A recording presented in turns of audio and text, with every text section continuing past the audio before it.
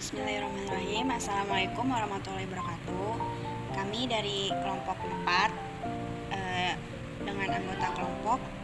Yang pertama saya Gina Toheria, Imelda Tasya, Eswaidatul Zahro, Sabrina Anandini Oktaviani. Kami dari kelas 12 IPS 2. Perkenalkan, nama saya Imelda Tasya. Di sini saya akan membahas mengenai struktur keuangan dan perkembangan desa dan kota. Pertama yaitu desa. Apakah kalian tahu desa?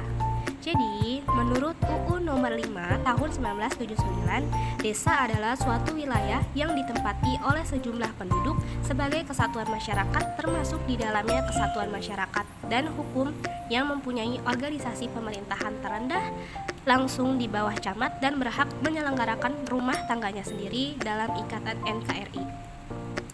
Selanjutnya, desa memiliki karakteristik sendiri, yaitu ada ciri-ciri, ada unsur, potensi, dan juga klasifikasi. Nah, yang pertama kita akan bahas yaitu ciri-ciri dari desa. Nah, ciri-ciri desa sebagai berikut: mata pencaharian penduduknya agraris, perbandingan lahan dengan jumlah penduduk besar, hubungan antar warga relatif akrab, dan tradisi masih kuat. Setelah itu, kita membahas unsur-unsur dari desa, yaitu di daerah terdapat lahan produktif dan tidak produktif beserta pemanfaatannya, termasuk juga unsur lokasi, luas, dan batas yang merupakan lingkungan geografis setempat. Setelah itu, ada penduduk, meliputi jumlah pertumbuhan, kepadatan, persebaran, dan mata pencaharian penduduk desa setempat. Adapun tata kelakuan berupa pola kelakuan masyarakat, adat istiadat, ikatan kekeluargaan, dan juga menyangkut seluk-beluk kehidupan masyarakat. Adapun potensi dari desa yaitu secara fisik terdiri dari tanah, air, iklim, ternak, dan manusia. Adapun yang non-fisik terdiri dari masyarakat desa, lembaga-lembaga sosial, dan aparatur atau AMON desa. Berikutnya yaitu ada klasifikasi. Berdasarkan tingkat perkembangannya dibedakan menjadi desa terbelakang, desa berkembang, desa maju. Berdasarkan tingkat kemajuan desa dipengaruhi oleh potensi desa, interaksi desa kota, dan lokasi desa. Berdasarkan tingkat pembangunan dan kemampuan mengembangkan potensi-potensi yang dimiliki, desa dibedakan menjadi desa swadaya, desa swakarya, dan desa swasembada. Berikutnya ada struktur keuangan desa. Yang pertama, pola memusat. Pola desa memusat merupakan bentuk desa yang memiliki kenampakan yang cenderung memusat atau bertemu pada satu titik. Pola keuangan desa yang memusat paling banyak terdapat di daerah dataran rendah. Berikut adalah gambar pola memusat. Dengan keterangan, yang pertama ada daerah pemukiman penduduk, yang kedua area pengembangan pemukiman penduduk, yang ketiga daerah kawasan industri kecil, dan yang keempat fasilitas yang telah ada. Yang kedua yaitu ada pola mengelilingi fasilitas. Umumnya ditemukan di dataran rendah, di mana fasilitas umum yang ada dimanfaatkan untuk memenuhi kebutuhan sehari-hari, misalnya mengelilingi waduk atau mata air. Berikut adalah gambarnya. Yang pertama ada fasilitas umum, yang kedua arah pengembangan, yang ketiga arah pengembangan, dan yang keempat arah pengembangan. Yang ketiga ada pola mengikuti jalan raya. Pola pemukiman pemanjang biasanya ditemui di pinggiran jalan raya. Berikut adalah gambarnya. Yang pertama arah pengembangan, yang kedua jalan tembus, yang ketiga daerah industri kecil, dan yang keempat lahan pertanian. Yang keempat yaitu pola mengikuti garis pantai. Pemukiman berada di pesisir laut karena umumnya penduduk bekerja sebagai nelayan. Berikut adalah gambarnya. Keterangannya itu arah panah, arah pengembangan untuk pemukiman penduduk, yang kedua daerah kawasan industri kecil desa, dan yang ketiga daerah pemukiman penduduk. Selanjutnya kita akan membahas pengertian kota. Kota adalah suatu sistem jaringan kehidupan manusia yang ditandai dengan kepadatan penduduk yang tinggi, strata sosial ekonomi yang heterogen, dan kehidupan materialistis. Ciri-ciri kota.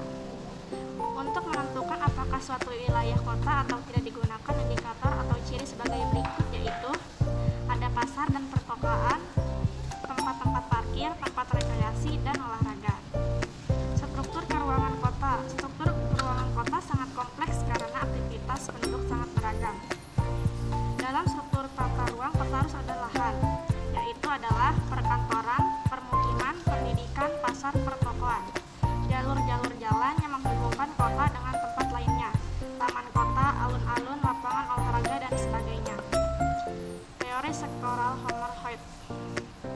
Sisi dari teori ini adalah bahwa unit-unit kegiatan di perkotaan tidak mengikuti zona-zona teratur secara konsentris, tetapi membentuk sektor-sektor yang sifatnya lebih bebas. Berikut adalah gambarnya.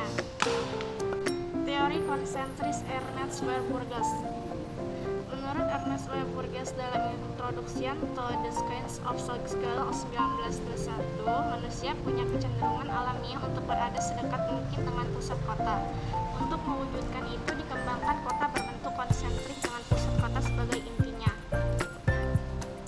Berikut gambar tersebut. Teori inti ganda, Multiple Nucleus Theory.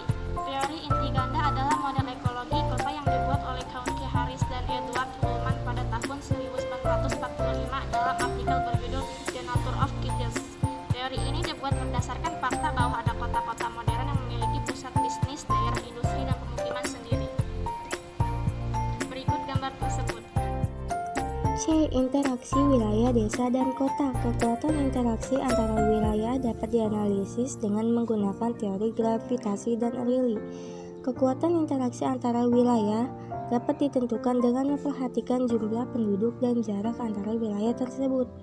Interaksi desa dan kota diartikan sebagai hubungan timbal balik antara desa dan kota, di mana di dalamnya terjadi hubungan saling mempengaruhi sehingga dapat menimbulkan kenampakan dan permasalahan baru.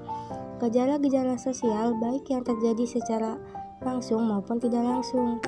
Perbedaan karakteristik mengakibatkan terjadinya interaksi antara wilayah sebagai berikut. Wilayah yang saling melengkapi, wilayah yang saling berintervensi, adanya kemudahan transfer atau pemindahan ruang. D. Perkembangan desa dan kota. Struktur ruang desa umumnya digunakan untuk kehidupan sosial dan juga untuk kegiatan ekonomi sehubungan dengan permukiman yang ada di desa. Pola permukiman secara garis besar dapat dibedakan atas pola permukiman mengelompok, pola permukiman menyebar, dan pola permukiman memanjang. Kota berdasarkan tahap perkembangannya dapat dibedakan atas kota, tahap nepolis, polis, metropolis, megalopolis, tranopolis, dan neropolis.